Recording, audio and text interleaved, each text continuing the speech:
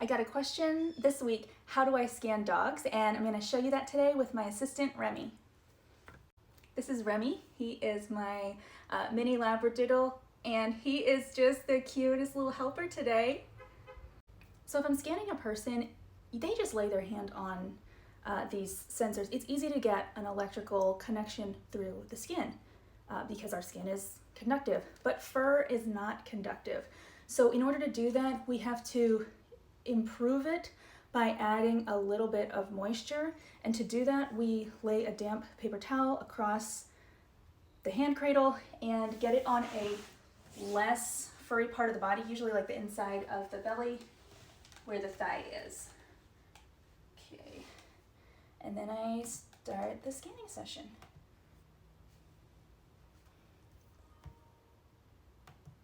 It's that easy. And so now we are looking at organs, glands, and systems, emotions, neurotransmitters, Chinese medicine meridians, and finding out what's in range and what's out of balance for this doggo. And as a disclaimer, I'm not a veterinarian. This is not veterinary medical care.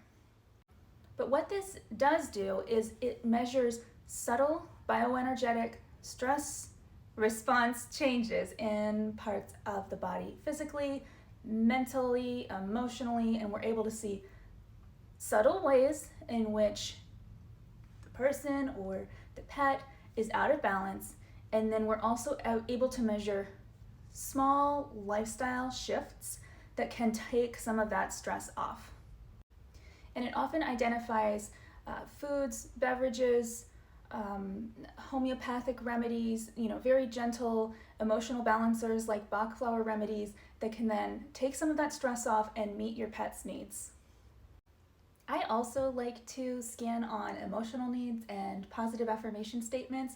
Not that my dog can say affirmation statements to himself, but I like to find out if there's some type of emotional imbalance, because if you've ever been around a pet, they have emotional needs too. They have big feelings, changes in the family, moving, health issues, if they're in pain, these things all affect the pet. So if we have more information, it can help us have more understanding for what our pets are going through, but also treat them in the way that they need and matches up with how they're going to have their best health.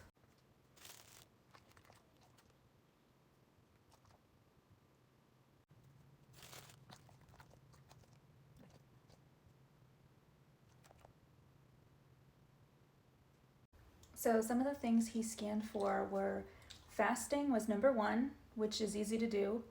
Grounding was on there. He had been sleeping in the backyard in the tent with us. That's a story for another time. But I could tell that was doing good things for him. Mango was on there, a few homeopathic remedies, and it's easy for me to give love to others was his top affirmation statement. You're all done. You did a good job, buddy. Thank you for being my helper. So here were his top remedies. You could see his baseline, that way, stress levels. There were 73 out of range for stressors. These are parts of the body, different secondary stressors like pathogens and pesticides were on his scan. And you can see fasting resolves 66 of the 73. Astragalus, which is like a Chinese herb, we're going to be using this, making a little tea and adding it to his food. And then blue cheese. I'm in the way, but they resolved all of them. So these are his top 3 things that I'm going to be most consistent with. And these are the organs, glands, and systems that were needing the most support. It's hard to see this. I should have made this picture bigger, but the top one is peripheral nervous system, then the adrenal glands, thyroid, pituitary gland. So he's definitely needing some hormone support. And these might be difficult to see too, but clarity is the top one. Sad, excited, pain, fatigue. These are the areas that he needs support. And this is such valuable information because he can't speak and say how he's feeling. So having that insight helps us understand him better.